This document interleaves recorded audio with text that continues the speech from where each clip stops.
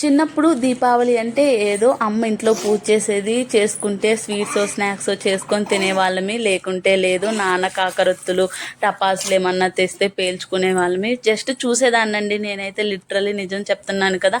ఏ రోజు టపాసులు పేల్చడం ఇలాంటివి ఏటి ఉండేది కాదు నా దగ్గర అయితే. నాకు చాలా భయము.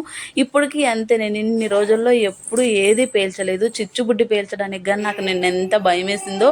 నేను అనుకున్నాను, ఏంటి ఇంత పిరికిగా పెరిగానా నేను అసలు. చిన్న పిల్లలు జస్ట్ 10 years లో పిల్లలే ఈ మిరపకాయ టపాసులని బాంబులని పేల్చాలని చెప్పి పేలుస్తున్నారు. వాళ్ళ పేరెంట్సే భయపడుతున్నారు. నాకేమో చిచ్చుబుడ్డికే భయం వేసింది. అయ్యో ఇంత పిరికిగా పెరిగానా నేను. ఎప్పుడైనా సరే మనం ధైర్యంగా ఉండాలి, కానీ టపాసుల విషయంలో కాదులేండి, పేల్చినా కానీ జాగ్రత్తగా పేల్చాలన్నమాట. ఓకే, ఇంకా నా గురించి ఎందుకులేండి. నిన్నైతే దివాళీ చాలా ఎంజాయ్ చేశాను. నా మాటల్లో నా ఫేస్లోనే అర్థమైపోయి ఉండొచ్చు మీకు. ఓకేనా, అందరూ సేఫ్గా ఉన్నారు కదా.